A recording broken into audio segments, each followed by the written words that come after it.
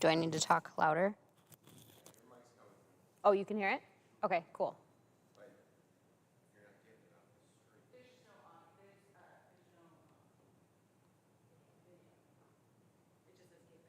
Oh, good, okay. That working. Will it start a video? Oh, okay. I heard it. Oh, I'm on. Okay. All right.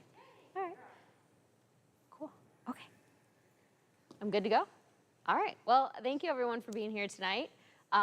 Myself and Shannon, I'm Kelsey Novak, and I have Shannon Labus with me tonight as well.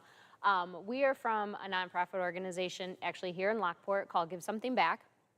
Our office is not very far from this high school where we're at today.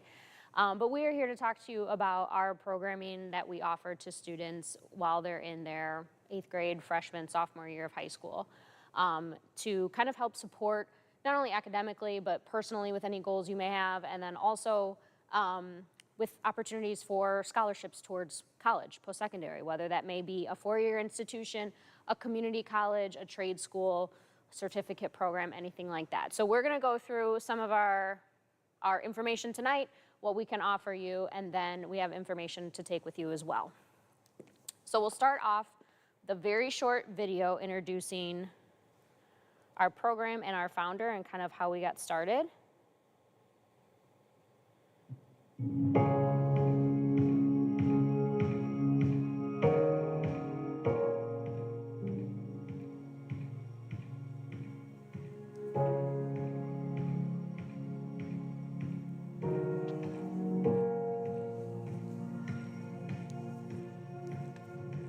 I was a senior in high school, for some reason, unbeknownst to me to this day, I was selected to get a scholarship for $250.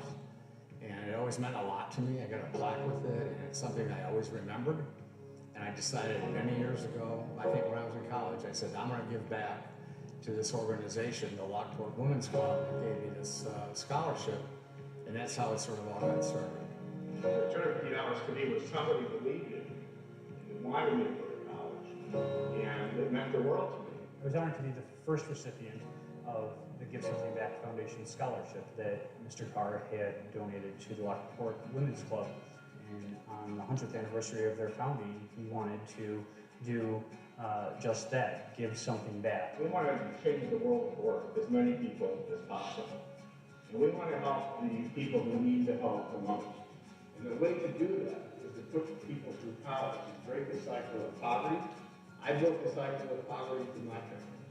I didn't want my kids to grow up the way I grew up. It's choosing students that come from backgrounds where they've faced life's adversities. They've turned these attributes of overcoming adversity into virtues of self-confidence, courage, so that they can achieve their dreams and have a successful career. We take the time to connect them and show them different experiences and different career experiences to get them exposed to different types of things, whether that be, following the college process or acquiring a trade. I think every student in 9th grade asks themselves, what do I want to be when I get older?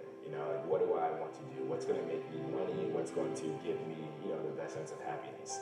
I think at Give Something Back for our careers program, what we're going to do is expose you to those things, We want to make sure that you have the opportunity to see what you can become, because if you can't see it, you can't become it. You want to make sure that if you want to become a carpenter, you're seeing what a carpenter does. You want to know the pathway it takes to get there. We want to inform you of those things. And the best way to do that is to get you hands-on, visually learning and hearing from those people. So now we're looking at the student through their high school career. We want them to understand what careers are available. We want them to write down their plan, whatever that is, and then update it every single year. We help them do that. And that's the model that we're going on, and I think we can help thousands of kids. I tell the students, the only expectation I have of you is when you're able to, your job is to give back in some way.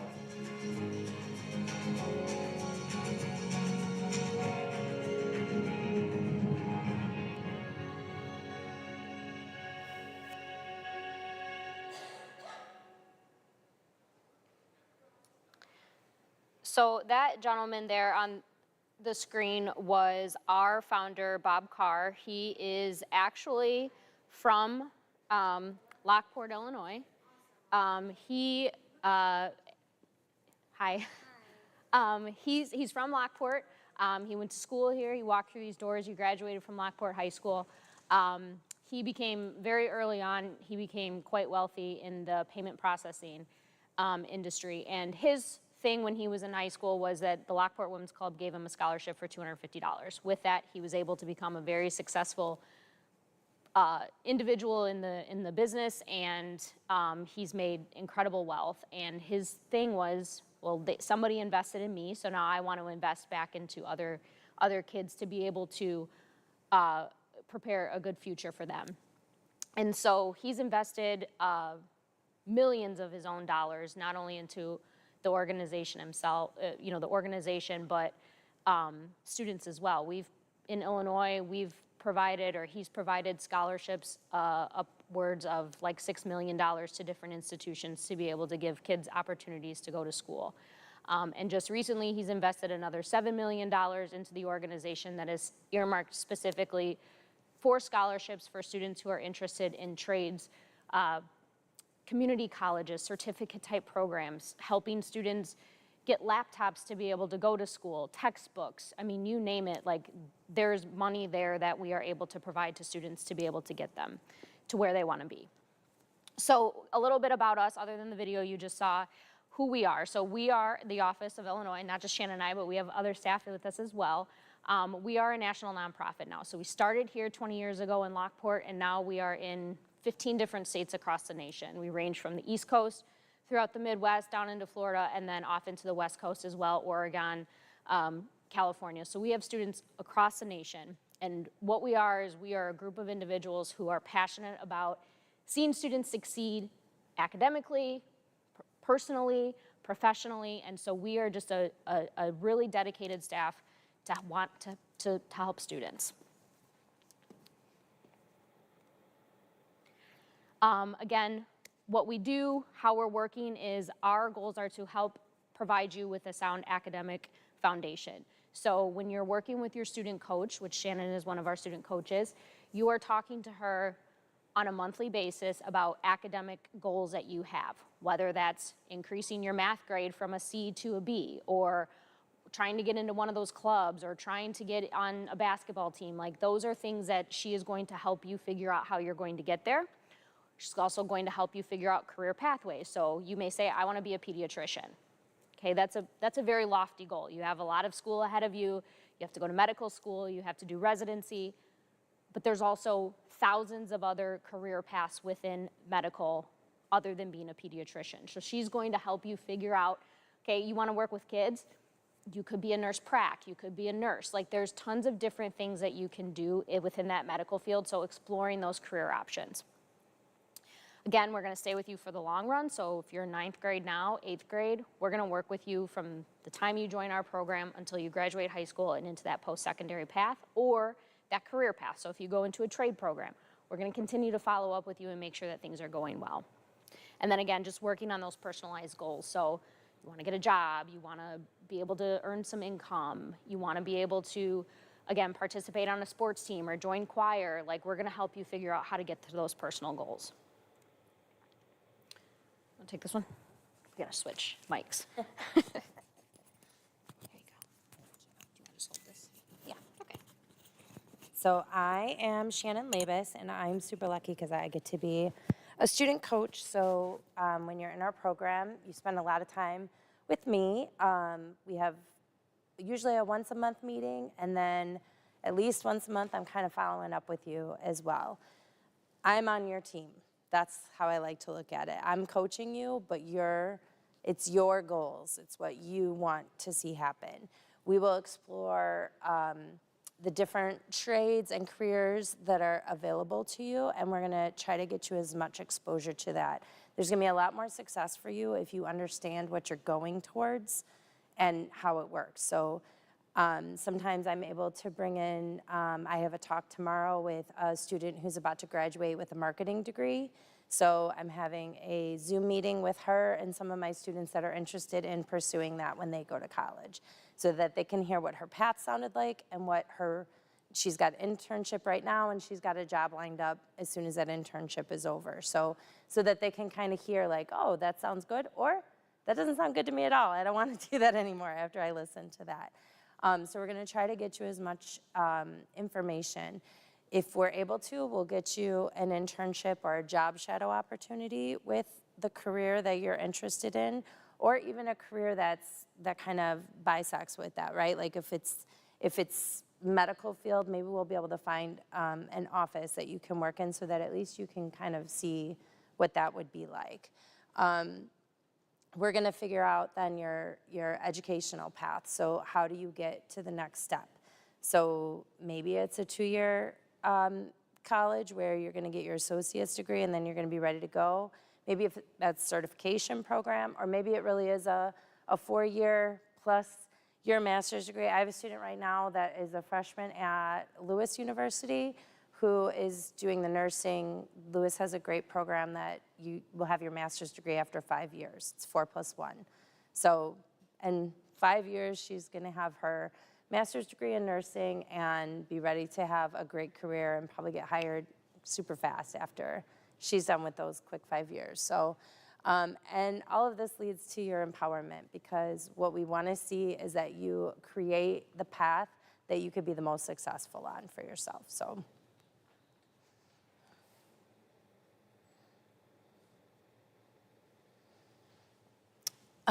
This is one of my students right now who is now a sophomore. So a big thing with her last year was the big change of being a freshman and how that can be crazy. You guys have your freshman center here where you're kind of removed from everybody, and then we go in as sophomores, and it's like, oh my gosh, the expectations go up and there's a lot more to do. So we get through all of those things together, all the different stages that you're going through.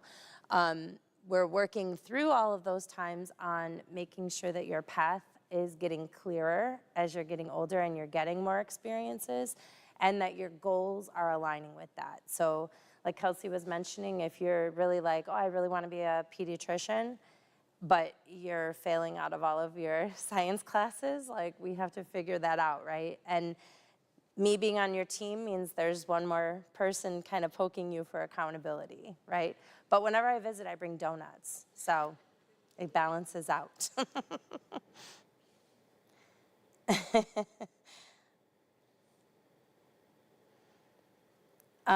So some commitments from you would be, we call them our Scholar Saturdays. They're 4 times a year. It's a Zoom meeting online where you actually get to meet with a lot of the students that Kelsey was talking about across the country. So it's kind of a cool chance to network also and see that like you're in this great, organization that spans the country right now. So there are also great topics, often covering budgeting, independent living, self-improvement, different ways of coming at this for yourself. And my students, whenever they walk away from a Scholar Saturday, are always like, wow, that was really cool or interesting, or I learned something I didn't know before. We just had one in October where we had some older students actually were on our panel talking to the rest of the students about their first time that they got a job and what they needed to know that they didn't know when they went in, how to dress for an interview, how to make yourself stand out when there's 10 people applying for the same job. How do you get that? And we're talking about like a job at Crumble Cookie, like your first job that you're gonna do. So it was a great exchange between them and the students to kind of like somebody who's a peer. So we have all these great programs like that. We also have 4 virtual career fairs. So in addition to your coach looking out for your path that you're looking for, you also have our organization looking out for that too and providing you lots of opportunities. Do you guys know what you want to do yet for a job after you graduate high school? No, right? So what we need is to find lots of things that you have heard about before, right? I feel like a lot of times kids only know like 5 careers, whatever mom or dad does, and then it's like just a handful of others, where we're able to expose you to a lot of varied careers where you might be like, that was cool, I didn't know that was a job that, that could sustain you going forward. Twice a month, you would chat with your coach. Sometimes we're able to visit the schools. Sometimes those are virtual meetings. Sometimes it's a text exchange or an email exchange back and forth. Sometimes it's a phone call. We try to figure out the way that works best for you, the times that work best for you, and find that way to keep supporting you. We have state events 4 times a year. We have one coming up next week in Illinois where we're going to continue that conversation about first jobs and how to make it even better. There was a lot of talk, so it's a good chance for us to get with our students again on a smaller level and see what they need from that. We do college tours. Usually during the summer, we'll do a bigger one where we look at some of our bigger colleges, and then during the year, we have a visit to JJC coming up pretty soon. We've gone to Governor State in the past. Again, just that exposure to like, this is out there for you. This is an opportunity for you. Whenever we go to JJC, I hear about a different program that I had no idea that they had before, and it's literally in our backyards and right here for us. So, a different hallway, right? Exactly. And then we're going to have these career conversations, job shadowing, internships. Those are all going to be really personalized to you, what you're looking for. As soon as I find out what's on your radar, I'm searching for it too to try to get you as much of that as we possibly can. So one more thing that the student responsibility is, both of our responsibilities, is we complete our student action plan. So we revisit this 3 times a year. The beginning of the school year, so I'm just finishing that up with my students right now. We're going through kind of just your general, where are you right now? What's going on with you? What are your career path goals, do you think, or something you're interested in? Or something you don't want to do even, maybe. How are your grades? How's school going for you? What activities are you involved in? And then we do some goal setting so that you have somebody, you are going to be accountable for that, and you have somebody that's going to hold you accountable for that. And not in a way of like, oh, you said you were going to get straight A's. I'm really bummed you didn't hit that. More a way of like, okay, so you didn't get it. How are we going to, I'm on your team. How are we going to make that better for you going forward? Because I want you to achieve what you have on your list for yourself. And we're also going to celebrate the great things that happen to you. When you hit those goals, that's exciting. So having somebody on your team that knows that was your goal and that you got there, that can be a really great way to keep it going. And so we just ask that our students continue to meet with us and communicate with us, and that's the best way that we can help them going forward.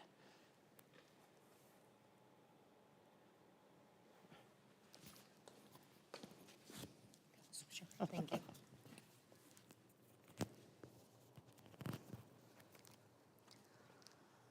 Okay, so I'll talk a little bit about the money piece. So money's obviously important, and it's a big part of our programming as well. So to sign up with Give Back, it's totally free to you. There's no cost to be a participant with our program. We just ask that you give us the time and allow us to kind of help you throughout high school. So there's no cost to sign up for it. Again, we're going to help with the employment assistance like Shannon had talked about. This summer, we actually had an opportunity to host and do a summer internship program where we received some funding through the state of Illinois. We are actually, fingers crossed, but we should be eligible to re-up that again this coming summer, so summer 2025, where we are able to provide opportunities for students in different businesses across Will County. And those are paid internships, so you can work up to 180 hours over the summer, and you can get paid usually between $15 to $17 an hour. And then I know Will County also has an internship program that they just partnered with Lockport on as well as some other local high schools. So there's opportunities out there for finding jobs over the summer that could hopefully turn into a longer term position while you're still in high school. And then financial assistance. So like I talked about in the beginning, when you're working with Shannon and you're kind of figuring out that post-secondary plan, whether it may be a trade school, a certificate program, JJC, a 4-year institution, as long as you're working with Shannon, you're meeting with her like you're asked to do twice a month. You come to events that we offer not only in the state but over the summer. you participate in our national events, and you maintain at least 80% attendance, there are opportunities for you to receive scholarships to be able to attend post-secondary. Those, for example, in Illinois, we partner with four-year institutions. We have Lewis University, which is right across the bridge. We have University of St. Francis in Joliet. We partner with Illinois State University, University of Illinois Urbana-Champaign, a partnership with NIU, and then we also have a partnership with Blackburn College, which is a little bit further south. It's in Carlinville. Each one of those institutions, there was money that was prepaid to them to be able to provide scholarships for students. There are still some seats available. So again, if you're interested in a four-year institution and you're working with your student coach to be able to, kind of create that plan, you are eligible to apply for scholarships that would cover tuition and potentially housing depending on the school that you're attending. And those are four-year opportunities. So you could get out of this a four-year scholarship to cover costs. The other thing is if you're, if you're not necessarily planning on a four-year institution, but you're interested, we were at Joliet West a couple weeks ago. The interest in sonography was unreal. How many people talked about wanting to do a sonography program? They have a great program there. I mean, again, Bob's just invested another $7 million into the organization to be able, that's just strictly earmarked for scholarships that can help cover those costs, whether it's scholarships towards tuition, if you need stuff to be able to purchase your textbooks, if you need money to purchase, like if you need a toolkit, if you're going into a trade program and you need a drill and boots and all of that, there's money available to be able to do that. Again, it's just participating with your student coach, doing the work with them, and then that opportunity is there for you at the end. So these are some student testimonies. This is actually Claudia. She's a graduate of Lockport as well. She just graduated last year. She's a freshman now at Lewis University, and she is, she's enjoying herself right now. She was one of the students that came through our careers program when we first started a couple years ago. She's worked with Shannon. I'm pretty sure her and Shannon are like eating at the dinner table together. They're so close. But she did do everything that we've asked her to do. She's participated in everything above and beyond. And she actually earned a scholarship, a full ride scholarship to be able to attend Lewis. So she's attending there without any out-of-pocket costs to her, minus, her parking permit and some additional fees that are not necessarily covered. But again, she's had the opportunity to be able to participate with us. And I mean, we say 2 times a month. I'm pretty sure Claudia is like, every other day. Yeah, I was gonna say she's probably like 35 times a month, which is great because we're able to still support her. I was there a couple weeks ago and I met with all of our students at Lewis, and she showed up and she was so grateful that we were there. She was just, kind of first time, oh, I need help with this and I don't really know how to find this and I don't really know what to do with this. Who should I talk to? Like, we were there, I was able to help support her. I was able to help her find the resources that she was looking for. She reached out to Shannon too and said, I still need help with this. How can you help me? So these are students across the nation that have kind of just talked about their testimonies. So in applying, how do you do it? With you, whether you grab it outside tonight, out the door, or I can hand you them tonight, we have an interest form with you. So there's a QR code, or you can fill this out. Basically what you have to do is you fill this information out, we put your name into our system, and then we send you an email with our application. The application asks you 4 basic questions. I think it's less than 500 words per essay question, which is half a page. To get to know you a little bit more, ask you what your potential pathway or plans are after you graduate high school, some things that you've overcome in your life so far. And then we also ask for a copy of your most current high school transcripts, which if you're freshmen, I know you don't have transcripts, so we would then ask for your 8th grade transcripts if you can get them. They don't have to be official. They could be a screenshot from your portal or a picture that you have at home. And then one letter of recommendation. And that letter of recommendation can come from a teacher, a current teacher. It can come from a teacher from your middle school. It can be a pastor. It could be a coach. It could be somebody just outside of your household, so not a parent, not a grandparent, just somebody that can kind of vouch for your character. So we ask that you submit a letter of recommendation. Once the letter of recommendation, transcripts, and application are completed, we will review it. We'll reach out to you to do just a virtual interview, kind of ask you a couple other questions, gauge your interest with us, and then from there, If your application is accepted, we will then move you forward with working with a student coach.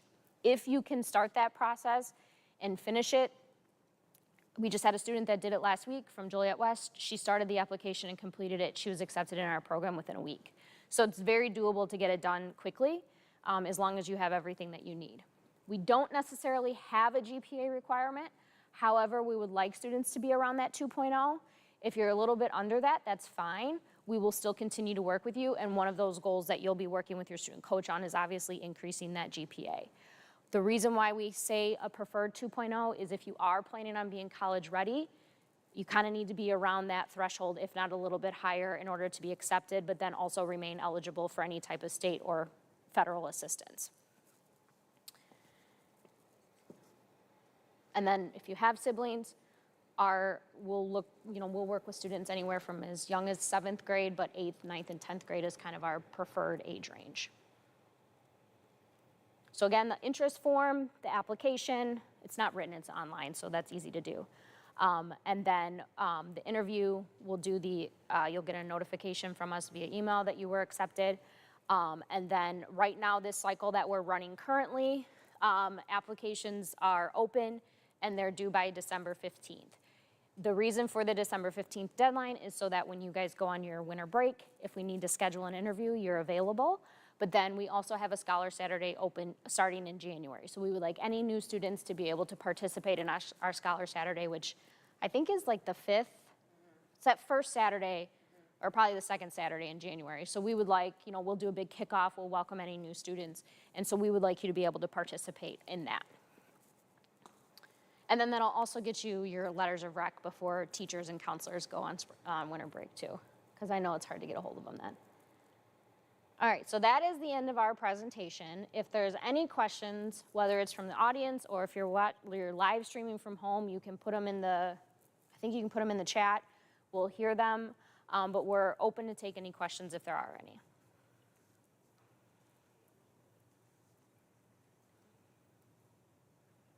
Don't be afraid to ask.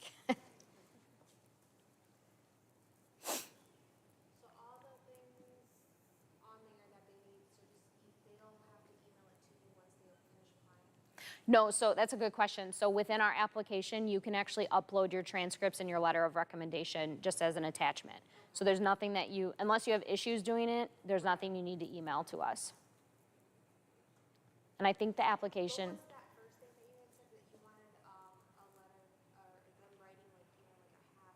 Oh, there's 4 essay questions that are asked. I say essay, but I wouldn't even classify them as essays. They're like 500 words or less. So they just ask a couple things. I think one is like potential career plans. What are some of the other ones? Name something that you've overcome, an obstacle that you've overcome. Tell us more about yourself. Yeah. Okay, so it's just 4 simple questions. Yes. So they Yes. bullet point questions. Yep. Okay, not like Yep. a whole application. No, I don't really. Yeah, that's the only word I can think of as essay for it. But that's a good question. So yeah, so everything will be plugged in and uploaded and submitted through the application electronically. We get it, and then if there's anything that we need additional from you, we'll obviously reach out and let you know. It's something with like what's listed on this slide that I can take with? Oh yeah, I have, you can grab them up front or I have one here. But, yep, the QR code will do. I have that. Yep, so that'll do it electronically, or if you want to fill it out, if you don't want to do it on your cell phone, you can just fill this out and leave it with us And today. that'll show the things that we need in this. Yep. So once you do the QR code and you submit your information, which is just going to be your first and last name, your date of birth, your email, phone number, and then I think on there it says who referred you. If you could just put Lockport Central Knight, we'll know obviously that it came from this. And then once you submit that, you'll actually be emailed the application immediately. So you'll get it tonight before the end of the night. So the dates for the event dates, so let's say she wasn't available for one or a couple of those dates, is that like So how that's big a of a problem that is if you're not available for those dates? That's a good question. So all of our Scholar Saturdays are virtual, and we record them. And then there's an opportunity for the student to make up the work, like if they couldn't make it. Watch it later Yep, if and you weren't able to go. Yep, and then you'll get credit for it for doing the makeup assignment. Our state events are, again, they're recorded. So like the one we're doing in a couple weeks will be recorded. But then we'll also do, like in the summer, we usually do like some type of like summer bash where we have food and, you know, fun things coming through. Obviously that you can't make up. We would hope most of you can come to them. But anything that we do virtually, we're going to record and give you the opportunity to make up. So, and then college tours. This year we did college tours to, where did we go? ISU. We did an overnight at Blackburn College. We did Lewis and St. Francis. So we get a tour bus. We take the kids on that. You guys stay overnight in a college dorm. You get an opportunity to kind of see what it's like to be on a campus at night. We let you be kids there. You get to explore the campus. There's no one standing over your shoulder making sure you're not doing the right thing. We tell you be in your room by 10, whatever it may be. So the college tours, the kids have a ton of fun on it. Gives them an opportunity to also meet other students that may be from not necessarily Lockport, but some of the other area high schools. And then the one to JJC that we'll do in a couple weeks, same thing. It'll be to be able to see campus, see the programs that they offer, talk with admissions there, and kind of just get a general idea of the things that you would need to prepare if you are interested in going there for an application, which I know freshman year you're not applying, but still it gives you an idea to kind of get a general idea of what it's like to be on a campus there. Would it be helpful still if you were possibly interested in out-of-state school? Yeah. I think so. I think just seeing what a college campus looks like and the dorms, and also gives you better questions to ask every time you go and either visit with a rep or see another college, you know. Well, and the purpose for our college tours this year was not necessarily to get, it was to garnish interest in those universities, but also to be able to provide students the opportunity to see the different sizes. So, for example, Lewis is a very local college. It's not huge, it's not small. St. Francis is also a very local college. St. Francis is a lot smaller than Lewis. But then we did Blackburn, which Blackburn has 400-ish some kids. Yeah. It's a very tiny campus, but the things that they can provide their students are huge. And then ISU is obviously a large campus. So we wanted to be able to show what it's like to be on a small campus and a large campus versus you should go here. It's more just to give that exposure out there. So, and Shannon had a student this year who graduated and went to, she's out of state, right? Justina? Mm-hmm. She's at St. Louis University, so almost out of state. Yeah, and so working with Shannon, she was able to help her get some dollars to be able to provide money for textbooks. So, same thing. It's not necessarily a state school, but we were still able to help a little bit. And even with that, with her, because we were working together, she was interested in computer science and tech stuff like that. And I found out that they had a tech internship here at Lockport. She went to Lockport. So as soon as I found out about that, I was like, you need to apply for this. And she ended up getting that as a job while she was a student here. I think study hall or one of her periods, she worked in the tech office instead. So that was a great experience, looked great on her college resume, helped her get, more of what she wanted. So even though she was not going to one of our partner schools, the relationship still benefited her a lot. Yeah, absolutely. I had a question. Sure. So I know you do the volunteering. I know some of them you say that it's like internships and some of them are paid internships, but for the volunteering guys, can that be double dipped into the volunteer hours that they're needing for graduating? We've done things in the past. Last winter, I think that was Martin Luther King Day, maybe.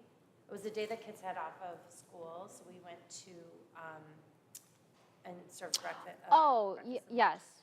We do things often that I think could be signed off for volunteer hours for sure. Yeah, we went to, Why can't I think of what it's in Joliet? yeah, one of the shelters in Joliet, and we served Morning Star Mission, and we did breakfast and lunch, and we had students come in and help, and they were there obviously to volunteer, but then they got the hours for it too. So, yeah, we do that. That was Give Back Gives Back. So that was in January or February we did that. That's what I meant by that. Yep. Yep. Certain specific things, obviously other things are different. Yep. Yep. Yep. And that's another thing with coaching too, is I do try to keep an eye on that, especially as they're heading into junior and senior year. Like, are you good with that? Do you have your hours? Is there something you need? That way we can talk about it, you know, let's do summer stuff because that you have more time, or keeping them on track with that too. Those are all great questions. Is there anything from the, No. okay. All right. Any other questions?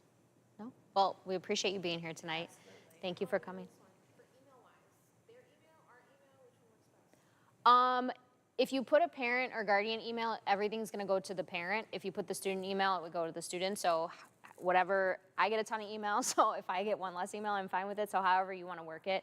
And then ideally, it would be great to have the student contact like the student email, so that when they're working with Shannon, like stuff can go directly to them. Yeah. All right? Anything else? Oh, the other thing is, if you're using your Lockport High School email, try to use a personal, because sometimes the firewalls block our, yeah, it goes into spam. So if you have a personal, use that. Or whatever. Yeah.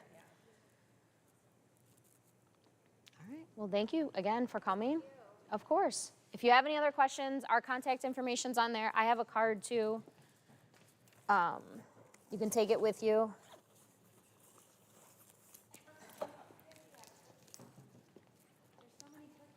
Oh, yeah, take a cookie. Here you go if you want to take a card. Otherwise, I think my contact information's down there. So thank you for coming. Of course. Have a great night.